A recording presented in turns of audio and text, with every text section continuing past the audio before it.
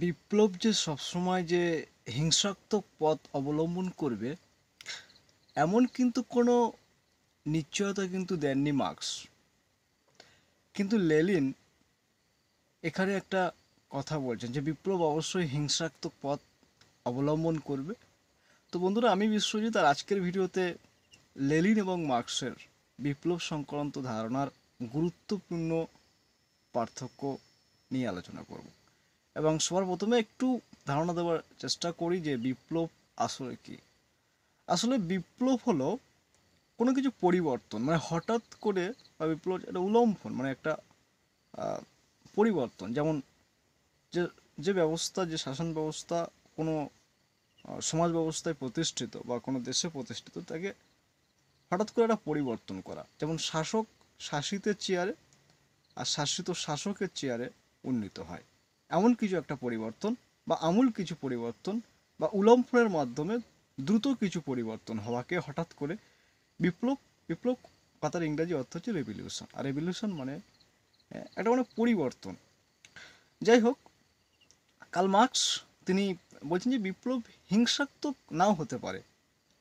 বিপ্লব সংগঠিত হওয়ার জন্য বিপ্লব যে হিংসাত্মক হতে হবে এমন কোনো কথা নয়, বিপ্লব হিংসাত্মক নাও হতে পারে।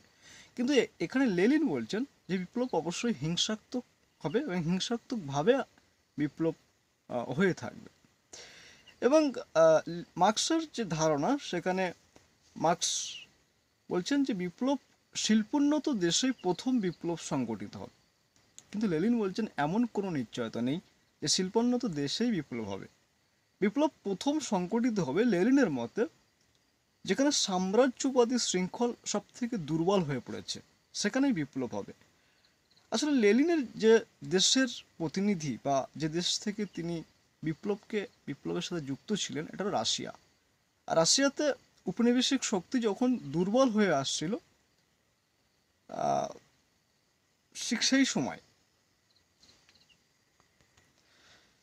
সময় কিন্তু যখন রাশিয়াতে উপনিবেশিক শক্তিগুলো দুর্বল হয়ে আসছিল, ঠিক সেই সময় কিন্তু এই বিপ্লব সংগঠিত হয়। এবং সর্বপ্রথম 1917 সালে রাশিয়ায় কিন্তু সমাজতান্ত্রিক বিপ্লব কিন্তু সফল রূপ ধারণ করে, এবং সেখানে সমাজতান্ত্রিক রাষ্ট্র কিন্তু প্রতিষ্ঠা হয়েছে। সোভিয়েত ইউনিয়ন বা রাশিয়ার সমাজতান্ত্রিক দেশ হিসেবে প্রতিষ্ঠা লাভ করে এই সোভিয়েত ইউনিয়ন বা রাশিয়া। পরবর্তীতে সোভিয়েত ইউনিয়ন ভেঙে গিয়ে রাশিয়া নাম হয়। তো সেই কারণে লেনিন তার প্র্যাকটিক্যাল অভিজ্ঞতা থেকে বলছেন, এবং এবং বাস্তবিক ক্ষেত্রে যদি দেখা যায় যে মানে সর্বহারা বা প্রোলেতারিয়াতের বিপ্লবের সাফল্য, সেখানে কিন্তু সর্বপ্রথম রাশিয়াতেই একমাত্র দেশ যেখানে কিন্তু এই বিজ্ঞানসম্মত যে সমাজতান্ত্রিকের ব্যাখ্যা বা সমাজবিজ্ঞানে যে এমন একটা তথ্যকে খাড়া করা হয়েছিল, যেটা অনেকটা জনপ্রিয়তা ছিল বা এখনও হয়তো আছে। পৃথিবীর খুব সামান্য কিছু দেশে সমাজতান্ত্রিক দেশ হিসেবে রয়েছে, কিন্তু এর যে জনপ্রিয়তা বা এর যে কার্যবলী বা বাস্তবিক যে প্রয়োগ কিন্তু দেখা গিয়েছিল সর্বপ্রথম রাশিয়ায়। এবং সেক্ষেত্রে কিন্তু লেনিন এদিক থেকে ঠিকই বলেছেন। তো আজকের ভিডিও এখানে শেষ করছি, আর যদি ভিডিও ভালো লাগে অবশ্যই শেয়ার করবেন।